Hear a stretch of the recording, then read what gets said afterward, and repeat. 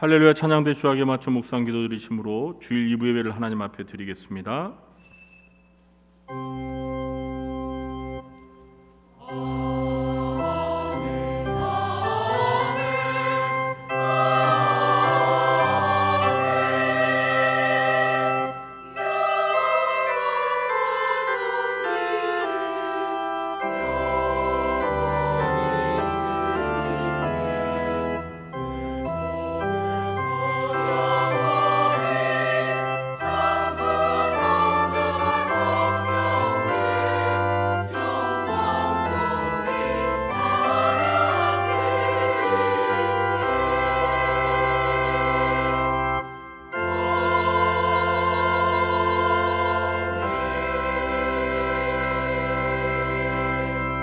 하늘에 계시는 주여, 내가 눈을 들어 주께 향하나이다. 상전의 손을 바라보는 종들의 눈같이, 여주인의 손을 바라보는 여종의 눈같이 우리의 눈이 여호와 우리 하나님을 바라보며 우리에게 은혜 베풀어 주시기를 기다리나이다. 아멘. 하나님 아버지, 이 시간 주의 사랑하는 백성들이 한자리에 모여 하나님을 예배합니다. 하나님, 이곳에 저희들과 함께 하시고 제가 드리는 예배를 기쁘게 받아주시며 하늘문을 여시사 하늘에 신령한 은혜를 내려 주시옵소서. 예수님의 이름으로 기도하옵나이다. 아멘. 모두 자리에 일어나시겠습니다.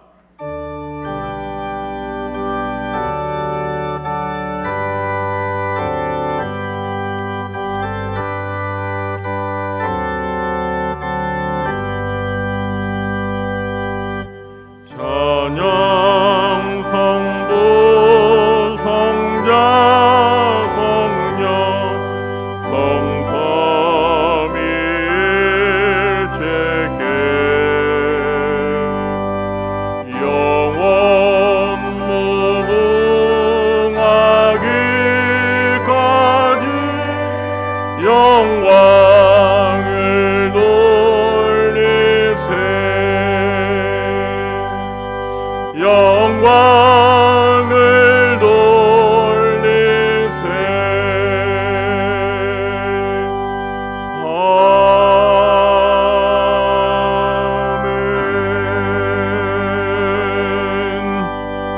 아멘. 교동문 29번 시편 65편을 교독하겠습니다. 하나님이여, 찬송이 시온에서 주를 기다리오며 기도를 들으시는 주여, 모든 육체가 주께 나아오리이다.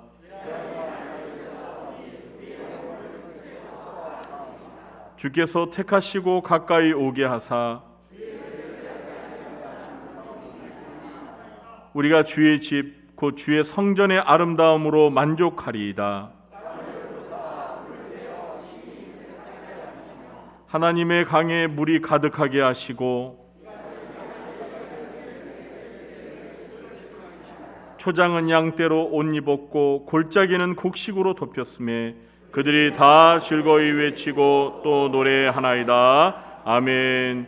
전능하사 천지를 만드신 하나님 아버지를 내가 믿사오며 그 외아들 우리 주 예수 그리스도를 믿사오니 이는 성령으로 잉태하사 동정녀 마리아에게 나시고 본디오 빌라도에게 고난을 받으사 십자가에 못 박혀 죽으시고 장사한 지 사흘 만에 죽은 자 가운데서 다시 살아나시며 하늘에 오르사 전능하신 하나님 우편에 앉아 계시다가 저리로서 산 자와 죽은 자를 심판하러 오시리라.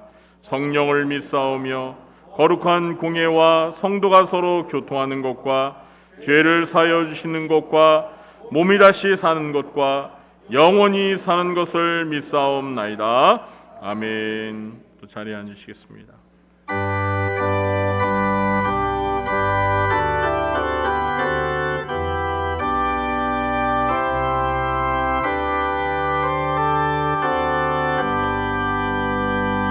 주 예수 이름 높이어 다 찬양하여라. 금멸리환을 들여서 마류의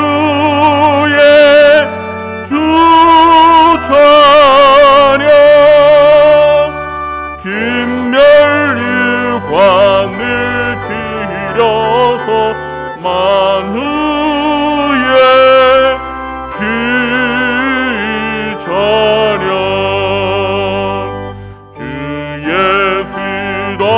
당한 고난을 못 잊을 죄인아, 내 귀한 법에 바쳐서 만유의 주 찬양, 내 귀한 법에 바쳐서 만유의 주 찬양.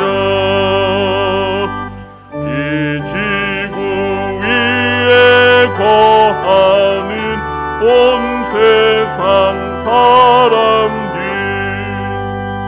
그 크신 위엄 높여서 만유의 주 찬양, 그 크신 위엄 높여서 만유의 주 찬양. 주 믿는 성도 다 함께 주 앞에 엎드려 무궁한 노래 불러서 만유의 주 찬양,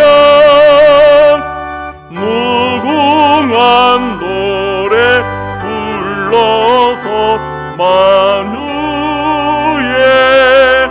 주 찬양.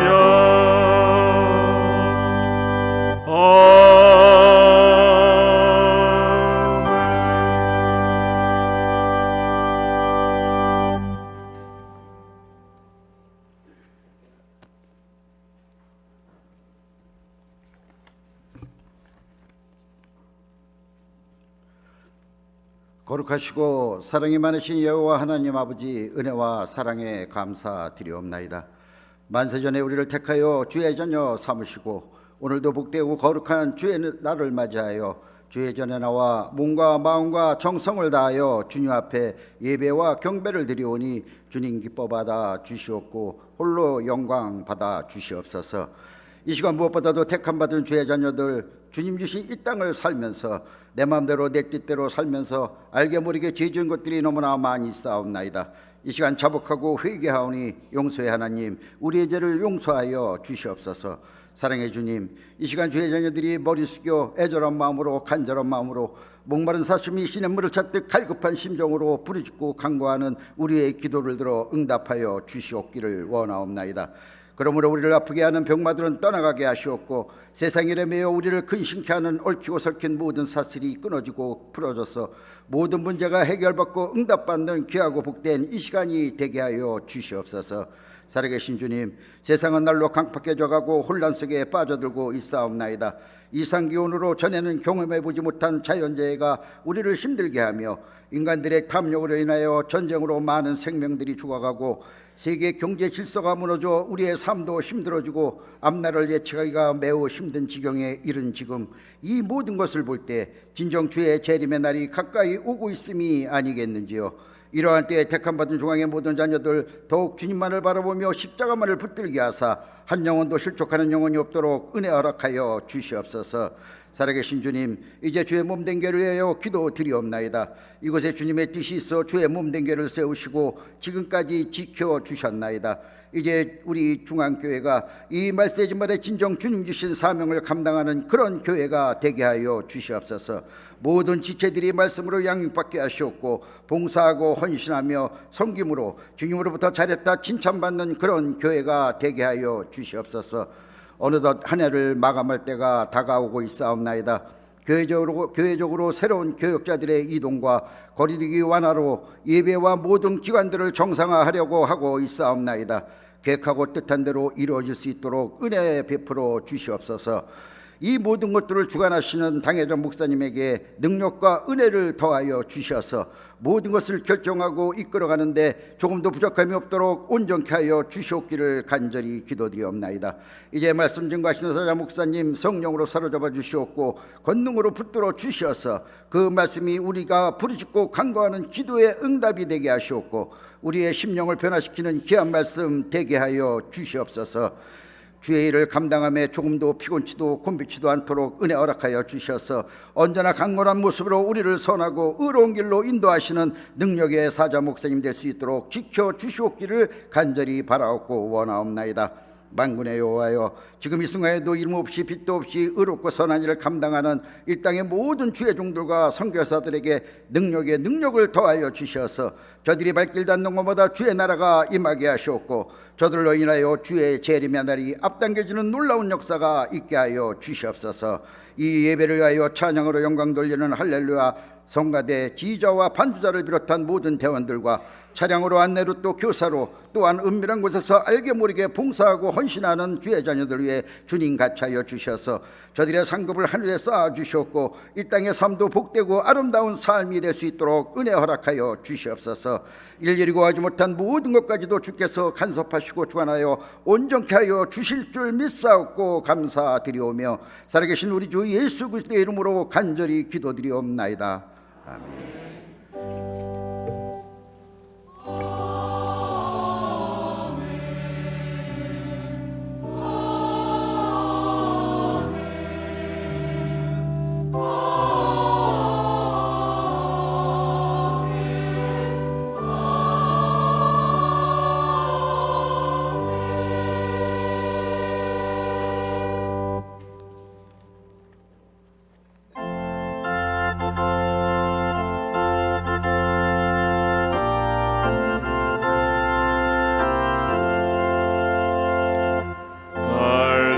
속하신 예수께 내 생명 모두 드리니 늘 진실하게 하소서. 내 구주 예수여, 나 구주 위에 살리라. 내 기쁨할 양 없으리. 내 갈 길 인도하소서.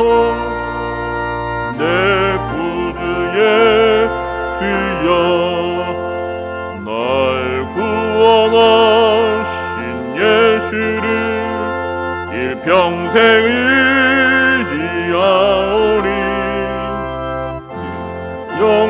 영접하여 주소서.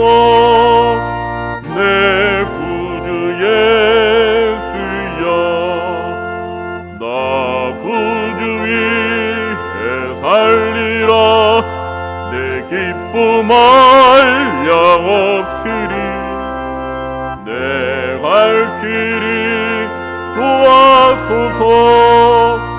내 구주 예수여, 주 십자가에 달리사 날 자유하게 했으니 내 몸과 마음을 주 위해 다스게 하소서. 나 구주 위에 살리라. 내 기쁨할 양 없으리. 내 갈 길이 인도하소서. 내 구주 예수여.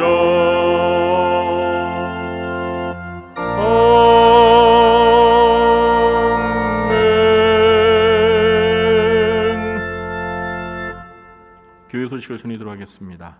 2022년 교회 표어는 열심을 품고 주를 섬기라입니다. 우리 교회가 지키는 자율 방역 4가지 잘 지켜주시고 계시는데요. 앞으로도 계속해서 잘 지켜주시기를 바랍니다. 오늘 2부 예배 마중에는 안수 집사의 원리가 있다고 합니다. 안수 집사님께서는 꼭 참석해 주시기 바랍니다.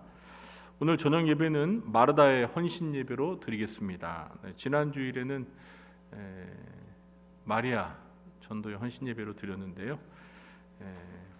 많은 또 회원들이 나와서 하나님 앞에 헌신 예배를 잘 드렸습니다. 오늘도 마르다 여전도의 회원 여러분들 많이 참석하셔서 또 헌신 예배로 하나님 앞에 영광 돌리시기 바랍니다.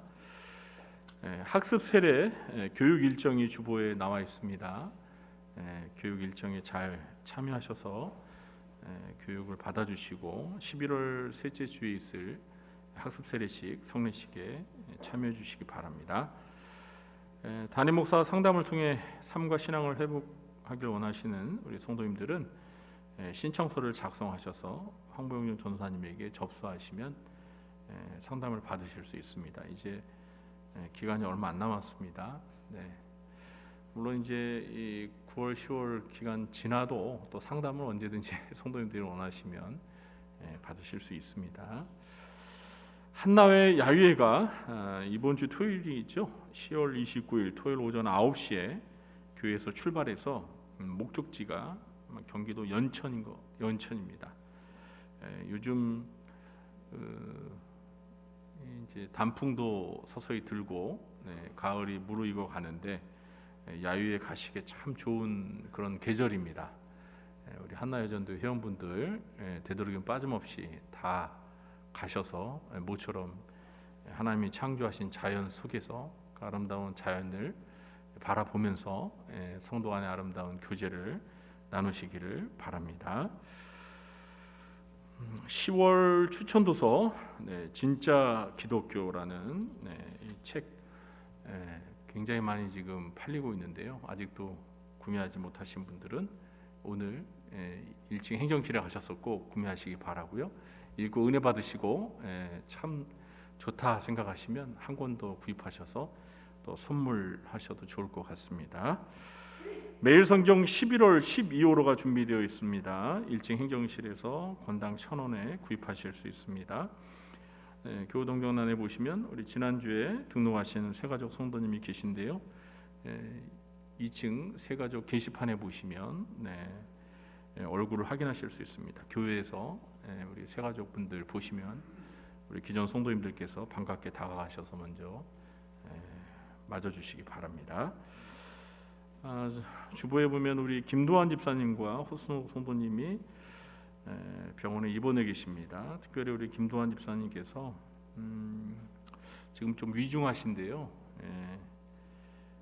우리 성도님들이 좀 기도를 많이 주셔서 빨리 회복할 수 있도록 좀 기도해 주시기 바랍니다. 또 우리 허순덕 성도님도 치과 치료를 받으셨는데 빨리 건강을 회복할 수 있도록 위해서 기도해 주시기 바랍니다. 우리 성도님들께서 꼭 병원에 입원하지 않으셔도 기도 부탁하실 게 있으면 우리 교회 중보기도 사역이 진행되고 있으니까요. 기도 카드에다가 여러분들의 그 간절한 기도 제목을 잘 적어주셔서 기도함에 넣어주시기 바랍니다. 그러면 저희가 중보기도실에 그 기도 카드를 올려놓고 기도를 하겠습니다. 또 기도 내용이 매우 긴급한 것이면 또 저희가 중보기도학교 수료한 우리 수료생들 전부에게 긴급 기도 문자를 저희가 발송을 해서 여러 사람들이 한꺼번에 합심해서 기도를 하도록 하겠습니다. 중보기도 사역도 많이 관심 갖고 여러분들이 많이 기도 제목을 제출해 주시기 바랍니다. 이번 주에 생일 맞으신 분들이 굉장히 많네요. 13분이나 계십니다.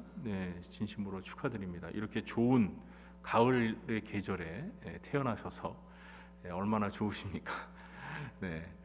어쨌든 이번 한 주간 동안 여러분 참 행복하시기 바랍니다. 또 군 복무 중인 우리 8명의 청년들 위해서 늘 관심 갖고 기도해 주시기를 부탁드립니다. 오늘 우리 지난주였죠. 우리 구은정 집사님 아버님 소천하셔서 장례식이 있었는데 우리 구은정 집사님과 또 박윤민 안순 집사님 가정에서 장례를 마치고 또 담례 감사 떡을 준비했다고 합니다. 일단 나가실 때 하나씩 잘 챙겨 가시고 우리 집사님 가정을 위해서 하나님의 위로가 함께 하시기를 기도해 주시기 부탁드립니다. 드린 예물을 위해서 하나님 앞에 기도하겠습니다. 하나님 아버지 감사합니다. 오늘도 이렇게 하나님 앞에 나와서 예배할 수 있게 해주심을 정말 감사합니다.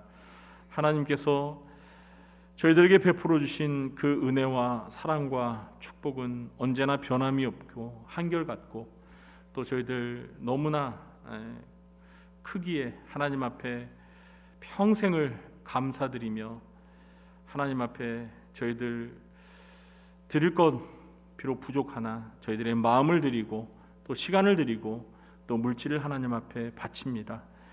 특별히 이 시간 주저 헌금으로 또 11조와 감사와 구제와 또 선교 헌금으로 그리고 하나님 앞에 또 장학 헌금으로 또 꽃꽂이 헌금과 성미로 저희들의 헌신의 예물을 감사의 예물을 하나님 앞에 바치오니 하나님 아버지 기쁘게 받아 주옵소서. 그리고 이 예물들이 하나님의 나라와 또 주의 몸된 교회를 위해서 온전히 잘 쓰여지도록 하나님께서 함께해 주시옵소서. 우리 성도들 언제나 범사에 감사하며 먼저 주의 나라와 의를 구하는 삶을 살고 있습니다. 하나님께서 우리 성도들을 특별히 기억하여 주셔서 이 땅에서 살아가는 동안 필요한 모든 것들을 아버지 되시는 하나님께서 부족함이 없도록 채워주시고 특별히 무엇보다도 우리 성도들의 건강을 지켜 주옵소서. 그리고 또한 우리 성도들의 삶 가운데 물질의 어려움이 없도록 하나님께서 물질의 축복도 허락하여 주셔서 나누고 베풀고 여유롭게 살아갈 수 있도록 도와주시옵소서. 하나님 아버지 특별히 우리 성도들 가운데 지금 중환자실에 입원하여 참으로 위중한 가운데 있는 성도가 있습니다. 하나님께서 불쌍히 여겨주시고 여호와 라파 치료의 하나님께서 찾아가 주셔서 그 전능하신 손으로 십자가 보혈의 능력의 손으로 안수하시고 치료의 강선을 비추어 주시사 하나님 아버지 건강을 되찾고 일어설 수 있도록 주님 도와주옵소서. 하나님 아버지 이 시간 주님의 말씀을 듣기 원합니다. 진리의 영이신 성령님께서 저희들의 귀를 열어주시고 주의 말씀을 들을 때 그 말씀이 꿀송이처럼 달게 하시고 깨닫게 해주시고 또 그 말씀대로 온전히 순종하며 살아갈 수 있도록 도와주시옵소서. 예수님의 이름으로 축복하며 감사하며 기도하옵나이다. 아멘. 네, 이 시간 우리가 함께 은혜 받을 하나님의 말씀은 디모데전서 5장 3절부터 16절 말씀입니다. 디모데전서 5장 3절로 16절 말씀. 네, 제가 봉독하도록 하겠습니다. 참 과부인 과부를 존대하라. 만일 어떤 과부에게 자녀나 손자들이 있거든 그들로 먼저 자기 집에서 효를 행하여 부모에게 보답하기를 배우게 하라. 이것이 하나님 앞에 받으실 만한 것이니라. 참 과부로서 외로운 자는 하나님께 소망을 두어 주야로 항상 간구와 기도를 하거니와 향락을 좋아하는 자는 살았으나 죽었느니라. 내가 또한 이것을 명하여 그들로 책망받을 것이 없게 하라. 누구든지 자기 친족 특히 자기 가족을 돌보지 아니하면 믿음을 배반한 자요 불신자보다 더 악한 자니라. 과부로 명부에 올릴 자는 나이가 60이 덜 되지 아니하고 한 남편의 아내였던 자로서 선한 행실의 증거가 있어 혹은 자녀를 양육하며 혹은 나그네를 대접하며 혹은 성도들의 발을 씻으며 혹은 환난 당한 자들을 구제하며 혹은 모든 선한 일을 행한 자라야 할 것이요 젊은 과부는 올리지 말지니 이는 정욕으로 그리스도를 배반할 때에 시집가고자 함이니 처음 믿음을 저버렸으므로 정죄를 받느니라. 또 그들은 게으름을 익혀 집집으로 돌아다니고 게으를 뿐 아니라 쓸데없는 말을 하며 일을 만들며 마땅히 아니할 말을 하나니 그러므로 젊은이는 시집가서 아이를 낳고 집을 다스리고 대적에게 비방할 기회를 조금도 주지 말기를 원하노라. 이미 사탄에게 돌아간 자들도 있도다. 만일 믿는 여자에게 과부 친척이 있거든 자기가 도와주고 교회가 짐지지 않게 하라. 이는 참 과부를 도와주게 하려 함이라. 아멘. 네, 이 시간에 우리 할렐루야 찬양대가 찬양으로 하나님 앞에 영광 돌리겠습니다.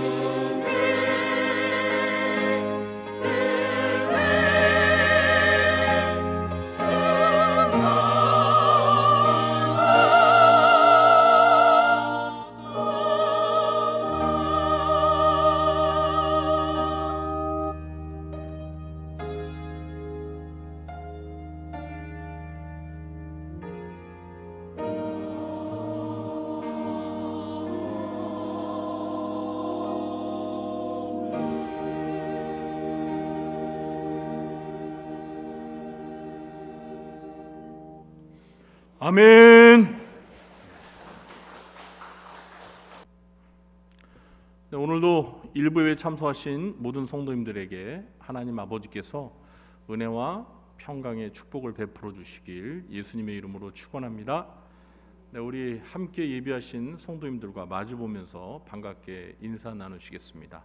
만나서 반갑습니다.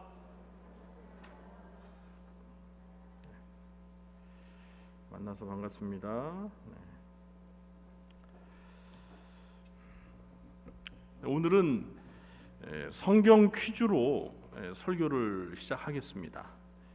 네, 오늘 본문에서 제가 퀴즈 하나를 내겠는데요. 어렵지 않으니까 쉽게 맞추실 수 있을 겁니다. 네.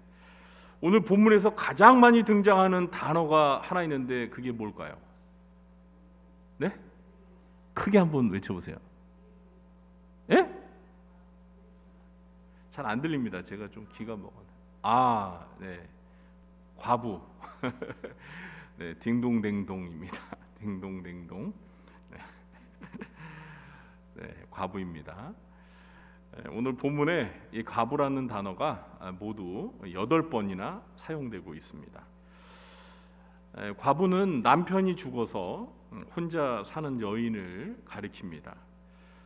성경을 읽어보면 이 구약 성경과 신약 성경 모두 과부에 대하여 애정어린 관심을 가지고 도울 것을 명령하는 말씀들이 많은 것을 보게 됩니다. 고대 사회에서 남편이 없는 과부는 부모가 없는 고아들과 정처 없이 떠도는 나그네들과 함께 사회에서 가장 소외되고 경제적으로 가난한 사람들이었습니다. 그래서 하나님께서는 구약 시대부터 이스라엘 사회가 나그네와 고아와 과부를 돌보는 일에 관심을 갖도록 명령하셨고 또 제도적 장치까지 마련하셔서 그들을 돌보셨습니다. 구약 성경에서 이 나그네와 고아와 과부에 관한 말씀을 몇 군데만 찾아서 제가 인용을 해보겠습니다. 출애굽기 22장 22절 23절입니다. 너는 과부나 고아를 해롭게 하지 말라. 내가 만일 그들을 해롭게 함으로 그들이 내게 부르짖으면 내가 반드시 그 부르짖음을 들으리라. 그러니까 과부나 고아를 괴롭히지 말라는 거죠. 네. 신명기 14장 29절입니다. 너희 중에 분깃이나 기업이 없는 레위인과 내 성중에 거류하는 객과 및 고아와 과부들이 와서 먹고 배부르게 하라. 그리하면 네 하나님 여호와께서 내 손으로 하는 범사에 내게 복을 주시리라. 나그네나 또 고아와 과부들을 먹고 배부를 수 있도록 이렇게 잘 돌보면 하나님께서 범사에 복을 주신다는 거예요. 하나님의 약속입니다. 신명기 27장 19절입니다. 객이나 고아나 과부의 송사를 억울하게 하는 자는 저주를 받을 것이라. 그래서 말하는 객이라는 건 이제 나그네입니다. 나그네나 고아나 과부는 고대 사회에서 아무런 힘이 없는 사람이에요. 보호자가 없는 사람들입니다. 그러다 보니 이 재판을 할 때 재판관이 이 힘이 없는 나그네나 고아나 과부를 무시할 수가 있어요. 억울하게 판결을 내릴 수 있단 말이에요. 그런데 그렇게 하는 자는 하나님이 저주를 받게 하신대요. 그러니까 역으로 말하면 나그네나 고아나 과부를 재판할 때는 공정하게 하라 이 말이에요. 공정하게. 그들을 무시하지 말고 그들을 위해서 바른 판결을 하라는 거예요. 나그네와 고아와 과부의 구제를 위하여 여호와께서는 이스라엘 사회에서 지켜야 할 제도를 만들어 주셨습니다. 우리가 룻기 강의할 때 잘 보았던 것처럼 이 추수를 할 때 나그네나 고아와 과부처럼 경제적으로 가난한 사람들을 위해서 추수할 열매들을 남겨두게 하는 제도가 있었습니다. 신명기 24장 19절부터 21절 말씀을 제가 읽어보겠습니다. 네가 밭에서 곡식을 벨 때 그 한 뭇을 밭에 잊어버렸거든 다시 가서 가져오지 말고 나그네와 고아와 과부를 위하여 남겨두라. 그리하면 네 하나님 여호와께서 내 손으로 하는 모든 일에 복을 내리시리라. 네가 네 감람나무를 떤 후에 그 가지를 다시 살피지 말고 그 남은 것은 객과 고아와 과부를 위하여 남겨두며 네가 네 포도원에 포도를 딴 후에 그 남은 것을 다시 따지 말고 객과 고아와 과부를 위하여 남겨두라. 추수할 곡식과 열매가 있는데 혹시 실수로 덜 딴 게 있으면 그걸 따려고 하지 말라는 거예요. 그냥 놔두라는 거예요. 왜요?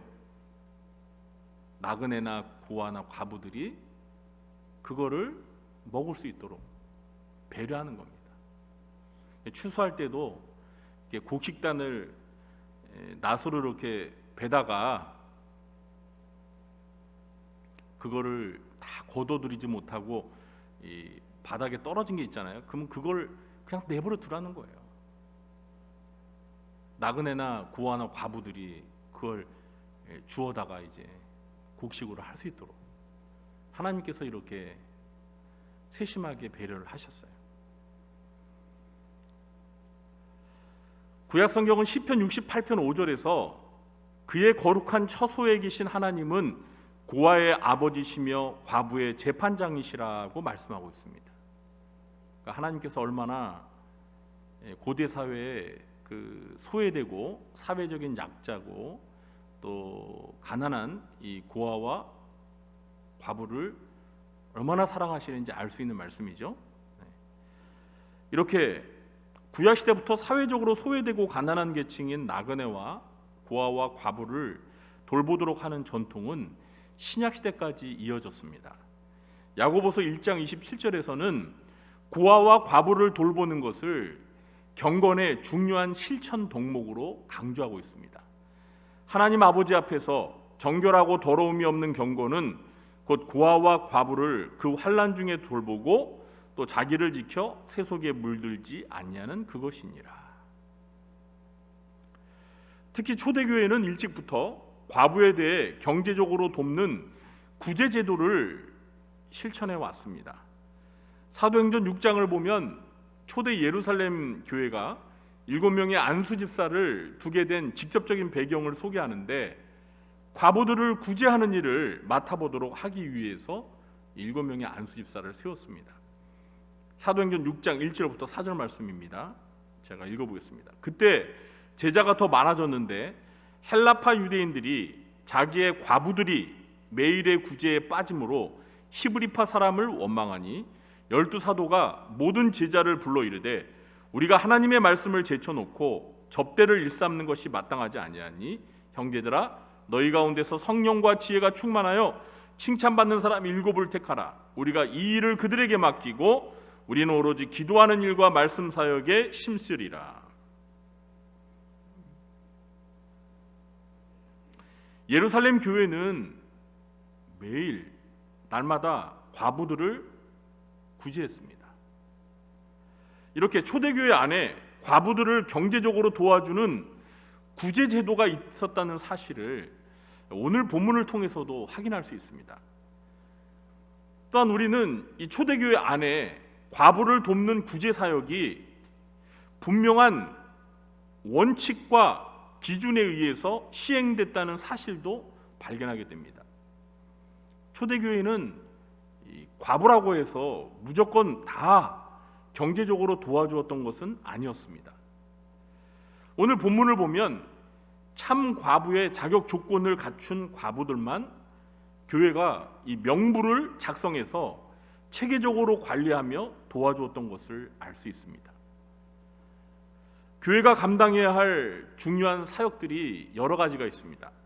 그 중에 하나님을 예배하고 하나님의 말씀을 가르치며 복음을 전파하는 일은 가장 중요한 교회의 본질적인 사역입니다.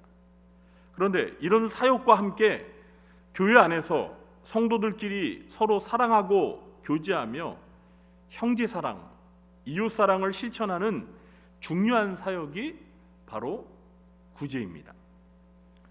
저는 오늘 이 시간에 에베소 교회에서 가난한 과부들을 대상으로 구제 사역을 시행하면서 지켰던 지침들을 살펴보면서 오늘날 교회에서 구제 사역을 시행할 때 고려해야 할 구제의 원리들에 관하여 생각해 보고자 합니다. 먼저 저는 이 에베소 교회가 과부들을 구제할 때 지켰던 지침들을 자세하게 살펴보겠습니다. 그리고 난 후에 그 지침들에서 오늘 우리가 실천해야 할 구제의 원리들을 세 가지로 정리해 보겠습니다. 사도 바울은 오늘 본문에서 에베소 교회가 과부를 구제할 때 지켜야 할 지침들을 제시해 주고 있습니다.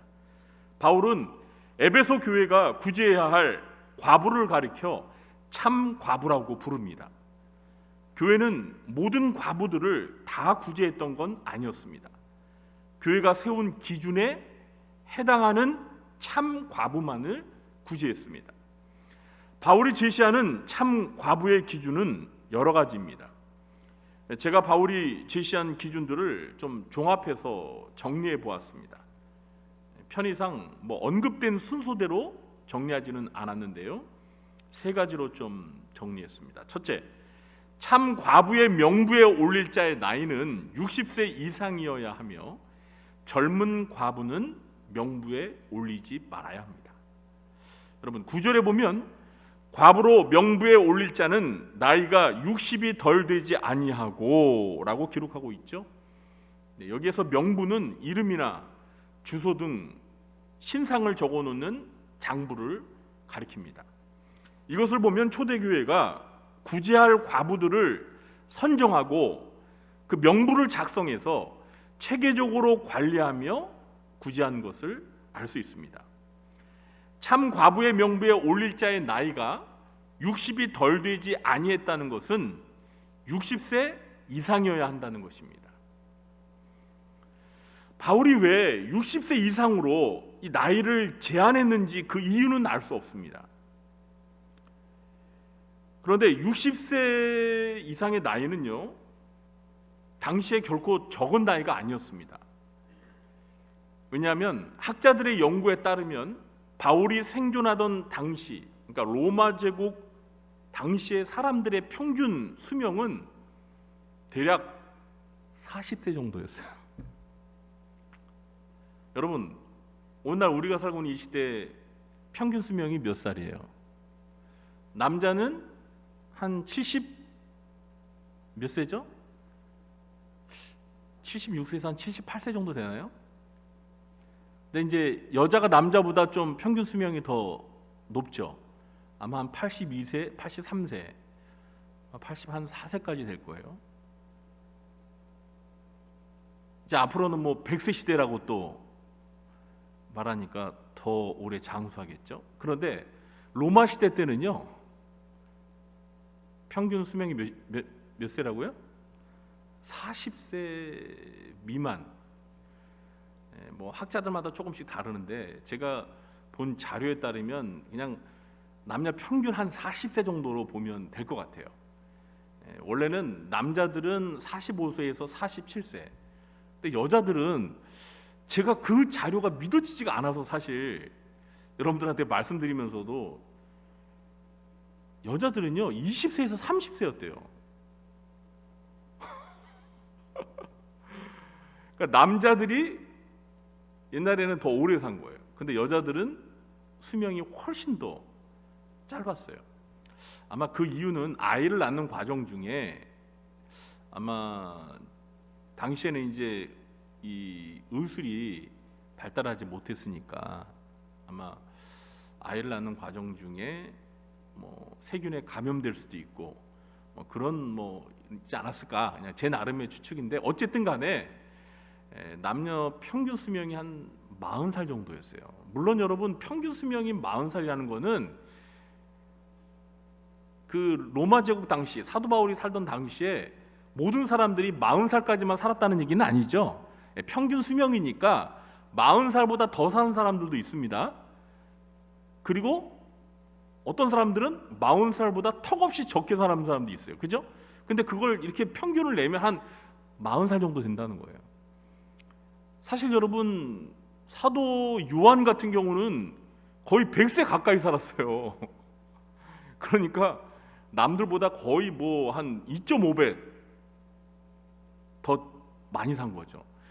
사도 바울 같은 경우도 이 디모데 전서를 기록할 때 당시 나이가 한 60세는 조금 넘었던 것으로 추정하거든요. 그러니까 바울도 그렇게 평균 수명보다는 훨씬 더 산 거죠.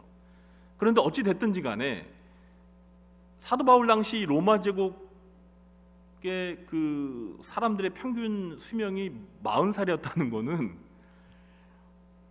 오늘 이 참 과부의 명부에 올릴 과부의 나이를 60세 이상으로 이렇게 제한하고 있는데, 여러분 당시 60세 이상의 여성도 많지 않았을 뿐더러 60세 이상의 여성이 있어도 남편이 살아 있을 리도 없을 거예요. 그러니까 대부분 60세 이상의 여성이 있다면 그 여성은 거의 대부분이 과부였을 겁니다. 더구나 60세 이상의 과부는 재혼할 수도 없고요. 또 남은 여생을 혼자 살아야 하는데 그 나이에 혼자 힘으로 경제 활동도 불가능했을 것입니다. 그러니까 전적으로 이제 도움을 받아서 살 수밖에 없는 거죠. 반면에 바울은 젊은 과부는 이 과부 명부에 올리지 말라고 했습니다. 11절과 12절을 우리 함께 읽어볼까요? 젊은 과부는 올리지 말지니 이는 정욕으로 그리스도를 배반할 때에 시집가고자 한 민이 처음 믿음을 저버렸으므로 정죄를 받느니라. 여기에서 이 명부에 올리지 말아야 할 젊은 과부는 일단 수치상으로는 명부에 올릴 자의 나이가 60세 이상이니까 60세 미만의 과부를 가리킵니다. 그러나 아마도 바울이 말하는 이 젊은 과부는 재혼을 할 수 있는 훨씬 더 젊은 나이겠죠. 그러니까 적게는 한 20대에서 30대, 많게는 40대 연령의 과부를 가리킬 것입니다. 바울은 이런 젊은 과부를 명부에 올리지 말아야 하는 이유에 대해서도 말하는데요. 젊은 과부들은 정욕을 이기지 못하고 처음 믿음을 저버리고 그리스도를 배반하고 시집을 가려고 하기 때문이라는 거예요. 자, 11절과 12절에서 이 바울이 말하는 말을 우리가 잘 이해해야 하는데요. 바울은 젊은 과부가 재혼하는 것이 무조건 잘못됐다고 말하는 게 아닙니다. 왜냐하면 14절을 보면 오히려 바울은 젊은 과부에게 시집가서 아이를 낳고 살라고 권면하고 있기 때문입니다. 우리가 이 바울이 말하는 의도를 잘 이해하려면 이 12절에서 처음 믿음을 저버렸으므로 라는 표현을 잘 이해해야 합니다.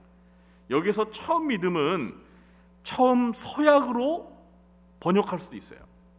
처음 믿음이라고 번역할 수도 있고, 이 믿음이라는 단어를 서약이 뭔지 알죠? 약속, 맹세하면서 하는 약속, 서약으로 번역할 수도 있습니다. 그래서 성경학자들은 초대교회 때 교회의 과부 명부에 올릴 때 과부들이 교회 앞에서 남은 생애를 재혼하지 않고 오직 그리스도께 헌신하며 살겠다는 서약을 했다고 보고 있습니다.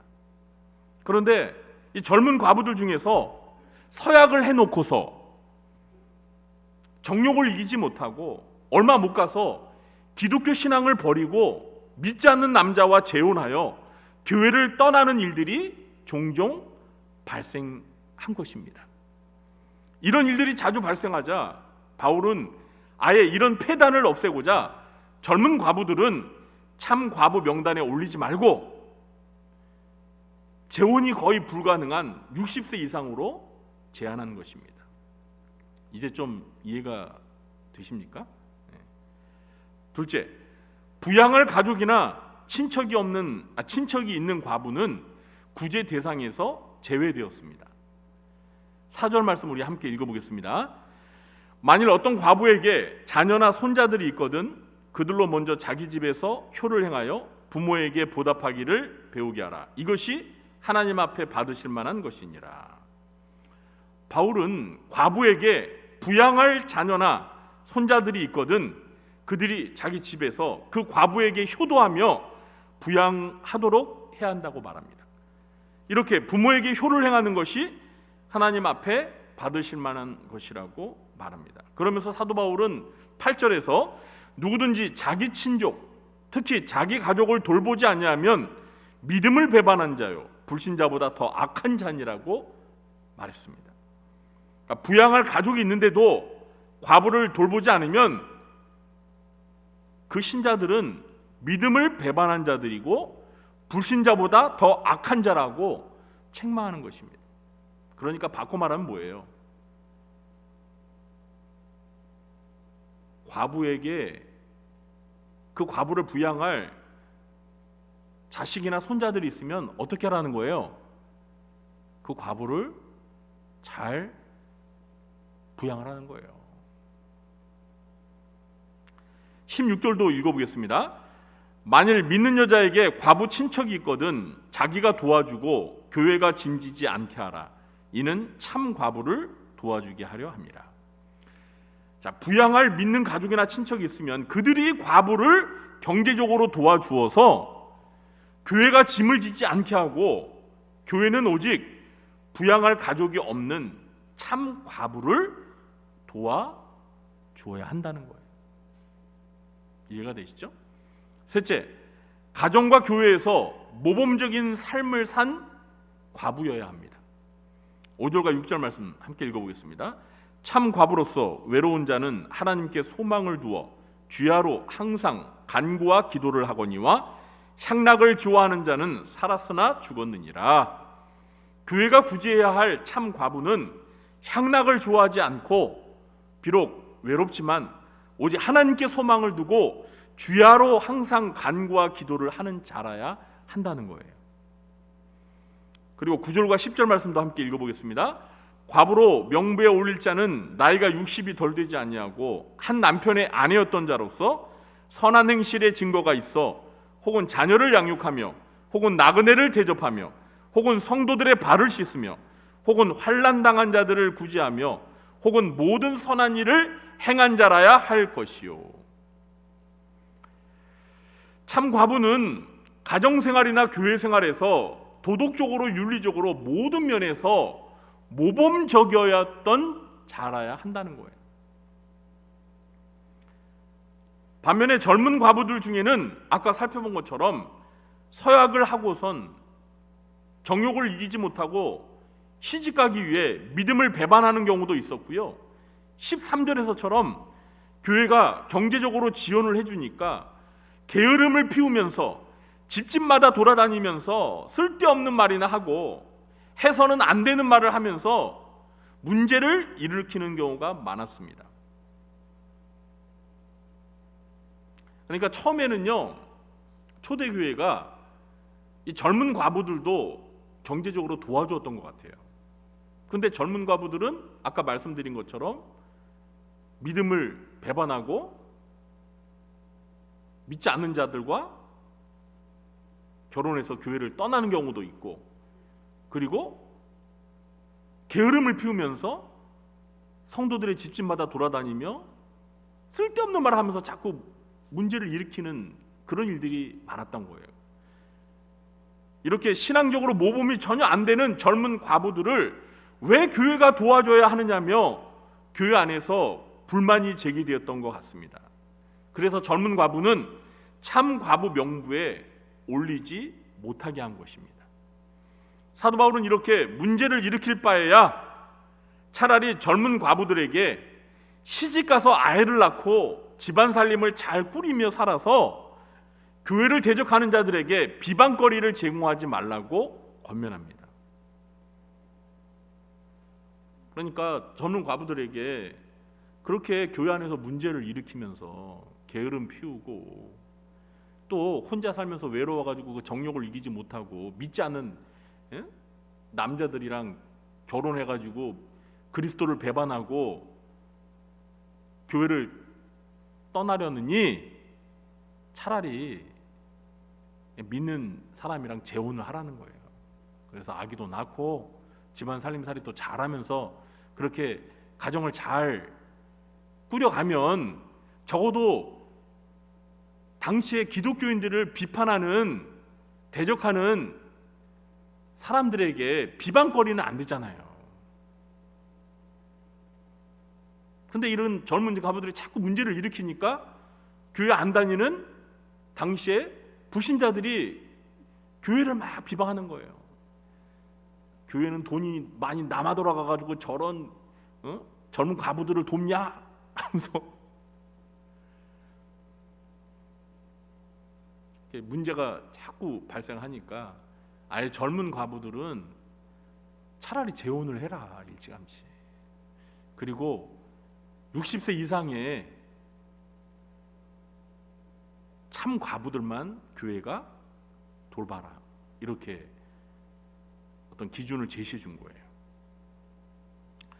젊은 과부들 중에서 이미 사도 바울이 이런 권면을 무시하고 믿음을 배반하여 사탄에게 돌아간 자들도 있다고 바울은 말하고 있습니다. 이렇게 문제를 일으키지 않고 가정생활이나 교회생활에서 모범적인 참 과부를 바울은 3절에서 존대하라고 명령하면서 교회가 책임을 지고 경제적인 도움을 주라고 말하고 있습니다. 지금까지 사도 바울이 에베소 교회에 제시한 참 과부를 대상으로 구제하는 지침을 살펴보았습니다. 이제는 이 지침을 근거로 해서 오늘날 교회가 구제 사역을 할 때 고려해야 할 구제 원리를 3가지만 간단히 정리해 보도록 하겠습니다. 본격적으로 구제 원리를 말씀드리기 전에 노파심에서 먼저 말씀드리는 것은, 오늘 본문에서 참 과부를 구제하라고 하니까 오늘날 교회도 과부만 구제해야 한다고 생각해서는 안 됩니다. 물론 구약시대부터 신약시대 초기까지 교회가 과부나 고아, 나그네들을 경제적으로 도왔던 건 사실입니다. 그러나 이것은 고대 사회에 경제적으로 소외된 계층이 주로 과부나 고아, 나그네들이었기 때문입니다. 그러나 오늘날 우리가 사는 현대 사회는 이 고대 사회와 비교할 때 여러 면에서 차이가 있습니다. 그러므로 구제 대상을 성경처럼 반드시 고아나 과부, 나그네로 제한할 필요가 없어요. 우리 시대의 상황이나 실정에 맞게 구제 대상을 조정하면 됩니다. 이런 점을 염두에 두고서 오늘 구제 원리를 살펴보겠습니다. 첫째, 경제적으로 자립할 수 없고 부양할 가족이 없는 가난한 성도들을 지속적으로 도와야 합니다. 고대 사회나 현대 사회나 교회가 최우선 순위로 구제해야 할 대상은 스스로 경제 활동을 할 수 없고 부양할 가족이 없는 가난한 성도들입니다. 부양할 가족이 없이 혼자 사시는 독거 어르신들이나 경제 활동이 거의 어려운 장애우들, 그리고 부모가 없는 어린이들 같은 경우가 해당될 수 있겠죠. 교회는 우선적으로 교회 안에서 이런 기준에 해당되는 성도들이 있는지를 면밀히 잘 살펴봐야 합니다. 우리가 교회 밖에 불신자들을 도울 수도 있지만, 여러분 성경을 잘 읽어보면은요, 교회는 우선적으로 교회 안에 있는 믿음의 형제들을 도우라고 말하고 있습니다. 물론 교회 안에서 구제 사역을 할 때는 이 도움을 받는 성도님들의 자존심이 상하지 않도록 세심하게 배려하는 자세도 필요합니다. 그리고 이런 분들은 교회가 구제를 해도 일회성으로 하면 안 됩니다. 장기간 꾸준히 도울 수 있어야 합니다. 초대교회도 참 과부들을 일회성으로 한 번만 도왔던 게 아니에요. 지속적으로 계속해서 도왔어요. 왜? 이 참 과부들은요, 60세 이상의 참 과부들은 죽을 때까지 경제 활동을 못 해요. 그렇기 때문에 한 번만 도와주면 안 된다니까요. 계속해서 도와줘야 되는 거예요.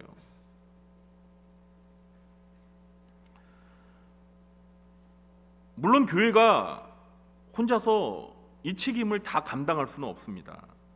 왜냐하면 교회 예산도 한정되어 있기 때문에 기준에 부합하는 모든 분들을 교회가 다 도울 수도 없습니다. 그렇기 때문에 가장 도움이 필요한 분들을 우선적으로 선별해서 장기적으로 돕는 것이 필요합니다. 그래도 요즘에는요, 옛날에 비하면 이 사회복지제도가 잘 되어서 경제적으로 어려운 분들이 정부나 지자체로부터 일정 금액의 경제적 지원을 꾸준히 받을 수 있는 것도 참 감사한 일인 것 같아요. 둘째, 부양할 가족이 있는 성도들은 가족이 부양할 책임이 있으므로 교회에 짐이 되지 않게 해야 합니다. 바울은 교회 안에 부양할 가족이 있는 과부들은 가족들이 부양하고 교회에 짐이 되게 하지 말라고 했습니다. 그러므로 교회에서 구제를 할 때에는 부양할 가족이 있는 경우에는 원칙적으로 구제 대상에서 제외해야 합니다. 그러나 또 현실을 막상 들여다보면 부양할 가족이 있어도요, 경제적으로 전혀 보탬이 되지 않는 경우도 얼마든지 있습니다. 그런 경우는 당연히 구제 대상이 될 수 있겠지만, 그래도 구제 대상을 정할 때 최우선 순위는 부양할 가족이 없어서 경제적으로 어려운 성도를 먼저 구제 대상으로 고려해야 합니다. 교회는 구제 사역을 할 때 나름대로 원칙과 기준을 잘 세워서 불합리하게 특혜를 받거나 차별을 당하는 성도가 없도록 주의해야 합니다. 그런데 이 교회가 하는 일이 또 사람이 하는 일이라 보니까 모든 성도들의 사정을 정확히 알지 못하기 때문에 또 불합리하고 불공정하게 일이 진행될 수도 있습니다. 그럴 때는 우리 성도님들께서 시정될 수 있도록 또 좋은 의견을 주시고 건의해 주시면 최대한 교회 형편에 맞게 반영하도록 하겠습니다. 셋째, 신앙생활을 잘하는 성도들을 우선적으로 도와야 합니다. 아까 살펴본 것처럼 사도 바울은 교회가 돌봐야 할 참 과부의 기준으로 신앙적으로 모범이 된 자라야 한다고 했습니다. 처음에는 젊은 과부들도 구제의 대상이 되었던 것 같은데 문제를 일으키자 젊은 과부들은 어떻게 했어요? 과감하게 제외시켰습니다. 이런 원리는 오늘날 현대 교회 안에서도 존중이 되어야 한다고 생각합니다. 좀 극단적인 얘기는 하지만 만일 교회가 구제 대상으로 선정해야 할 인원이 적은 수로 제한된다면, 그래서 선택을 해야 한다면 신앙생활을 모범적으로 잘하는 성도를 우선적으로 고려해야 합니다. 물론 우리가 신자들 개개인의 신앙을 객관적으로 평가한다는 것은 무리입니다. 그러나 적어도 우리는 교회 안에서 여러 성도들로부터 좋은 평판을 듣는 성도들이 누구인지 구분할 수 있습니다. 그 반대의 경우도 마찬가지입니다. 그렇죠? 그렇지 않습니까, 여러분? 우리가 어떤 성도를 딱 보면 그 성도가 그래도 신앙생활을 잘하는지 여러분 대강은 알 수 있잖아요. 물론 이제 초신자분들은 잘 모르겠지만 교회를 오래 다니신 분들은 어떤 성도들에 대한 그 평판을 다 안단 말이에요. 저 성도는 그래도 교회에서 봉사도 열심히 하고 참 신앙적으로 모범이야. 저 성도는 교회 다니면서도 여전히 술 마시고 담배 피고 옛 습관을 못 끊고 있어. 다 알아요. 굳이 그걸 뭐 말하지 않아도.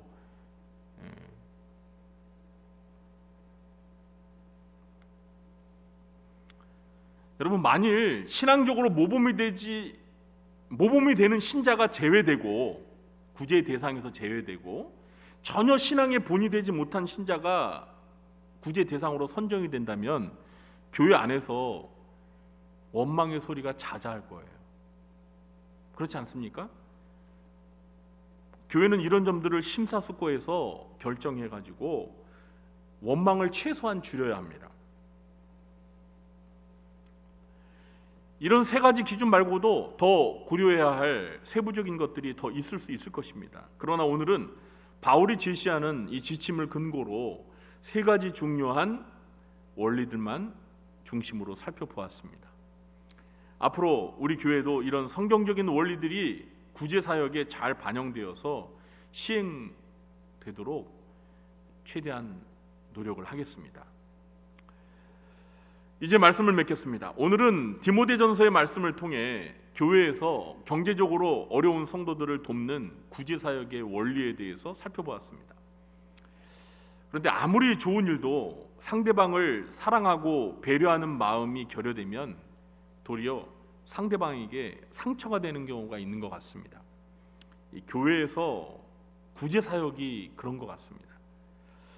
오늘 말씀에서 배운 원리들을 사랑과 배려의 차원에서 잘 시행하여서 우리 교회가 경제적으로 어려운 성도들의 고통을 분담하며 그리스도인의 형제를 잘 실천하는 교회가 되길 예수님의 이름으로 축원합니다.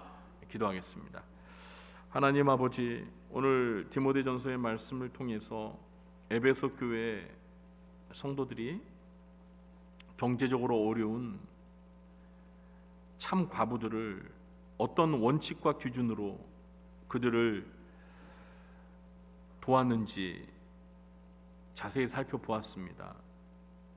이러한 말씀들을 살펴보면서 오늘날 현대 교회가 어떻게 구제 사역을 펼쳐야 하는지 원리들을 발견할 수 있었습니다.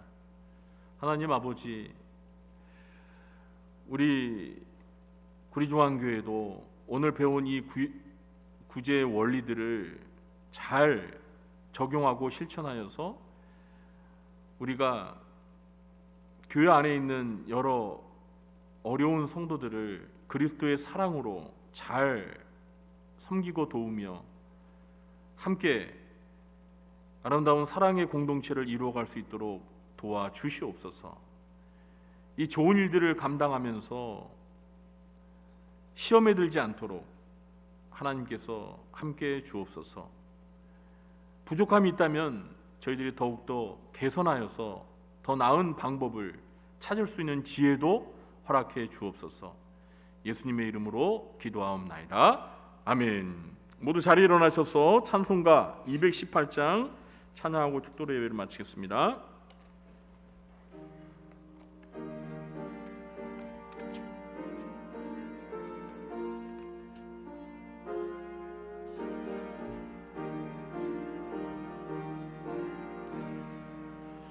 내 맘과 정성을 다하여서 주 너의 하나님을 사랑하라. 내 몸을 아끼고 사랑하듯 형제와 이웃을 사랑하라. 주께서 우리에게 명하시니 그 명령 따라서 살아가리. 널 미워 해치는 원수라도 언제나 너 그렇게 사랑하라. 널 핍박하는 자 위에서도 신실한 마음으로 복을 빌라. 주께서 우리에게 명하시니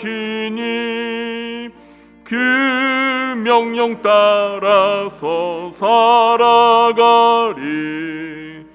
항상 주님을 멀리하고 형제를 사랑하지 못하였다. 이러한 죄인을 사랑하사 주께서 몸 버려 죽으셨다. 속죄의 큰 사랑 받은 이 몸 내 생명 다 바쳐 충성하리. 아멘.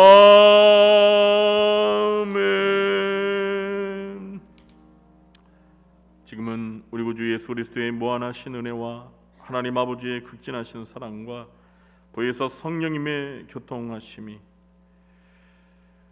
사도 바울이 디모데전서를 통해서 가르쳐주는 교회 안에 있는 경제적으로 어려운 성도들을 어떤 원칙과 기준으로 구제를 해야 할지 방법을 배워서 오늘날 우리 교회 안에 구제 사역을 성경적인 원리에 따라 잘 시행하기로 마음에 결단하며 돌아가는 주의 사랑하는 자녀들 머리 위에와 그들의 가정과 생업과 직장과 교회와 이 나라 민족 위에 지금부터 영원토록 함께 있을지어다.